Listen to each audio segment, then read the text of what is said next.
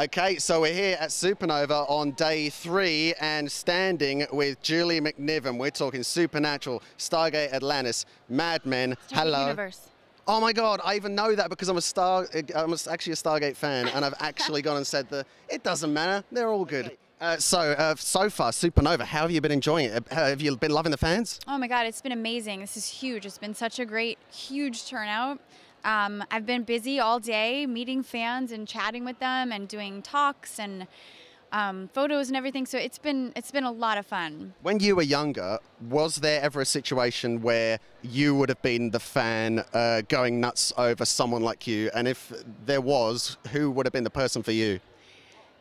You know, I don't really. I actually was asked the other day, like, what shows if I could be on any show from my childhood, what would it be? And I really don't.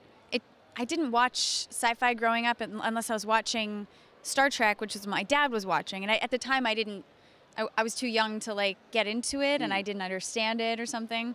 So I didn't have like that show that I'd want to meet the star of, and I just didn't have that as a kid. But are there any roles, say now, that you look at, or maybe you've auditioned for in the past that you've missed out on, or maybe that you've just never gone for that you really would have liked? Well, yeah. I mean, there's so many great shows out right now. Like, name one, and I'll tell you if you would have been a good that character. Well, I really, really wanted to read for The Walking Dead for the Lauren Cohen's role.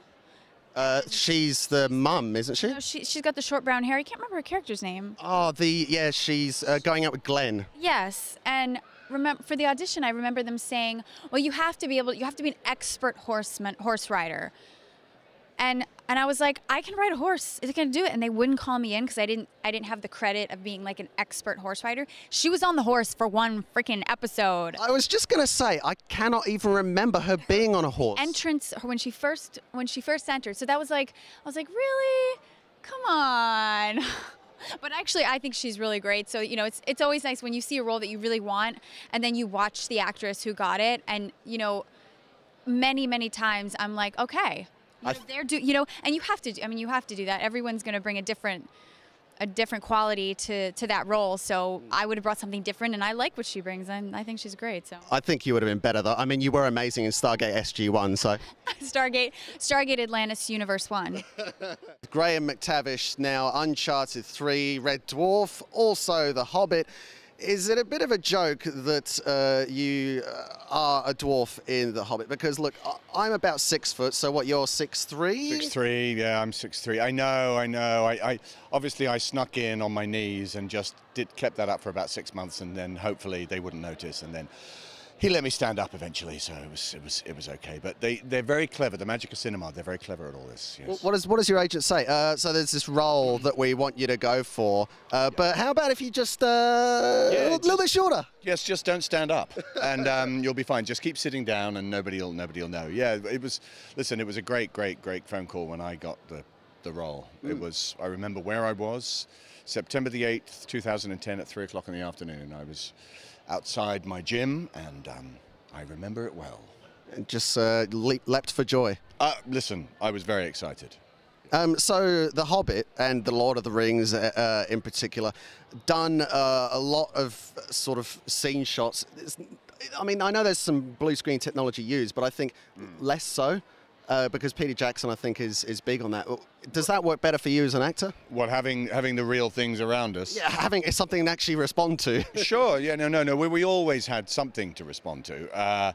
You know, there was green screen and everything, but Peter tried to recreate as much as possible the environment that we were supposed to be in. So if we were on the soundstage, there would be a mountain in there that he would build, and then there would be the background that would be green, and you know, the trolls were basically guys in skin tight lime green outfits carrying huge pads, wearing crash helmets that we then just beat the crap out of for hours on end. And I tell you, that's good fun. I recommend it. It sounds like fun. How does the size thing work, by the way? Because it's not something as simple as you just being on your knees, is it? No, the size thing.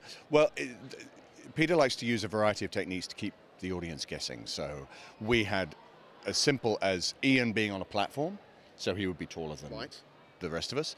Sometimes we would have scale doubles, so we had little miniature versions of us I had a little 5-foot guy who was me. When he was in like the background or in a long shot with Ian. Ian had a double as well who was 7'2", a policeman from Pororua, who was extraordinary.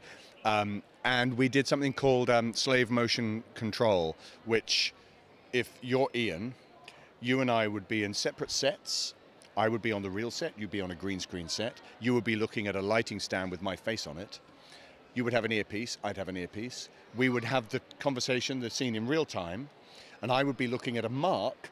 So if you were Ian, I would be looking at a mark about here and talking to that space. He would be talking to my space in the green screen set, and we'd be doing it simultaneously. The images would be melded in real time, and it would appear that we were occupying the same space. That is just blowing my mind. Imagine if someone like Shakespeare had that sort of technology. He would have just written, well, I mean, there were amazing plays anyway, but Yeah. you get where I'm going. Yeah. No, it was amazing technology, and it was the first time it was ever used, so that one camera would be slave to the other, and they would move exactly at the same speed. Right. Yeah. And as a massive Red Dwarf fan, and I know they take about 10 years between series now anyway, are you ever going to return? Hey, listen, I would love to go. I would love to do it again. I had such fun doing that show. I mean, it's been 15 years since I did it, so it's been a while, but I think it's time for Nicey Ackerman to return. I think so. And it's only, well, I mean, 15 years, that was still only one series ago, though. Yeah, that's right. Yeah, I know. I remember them. Well, that was supposed to be the last series. It really was. We were doing the last series, but hey. Well, when Lister turns 80, you'll have another job.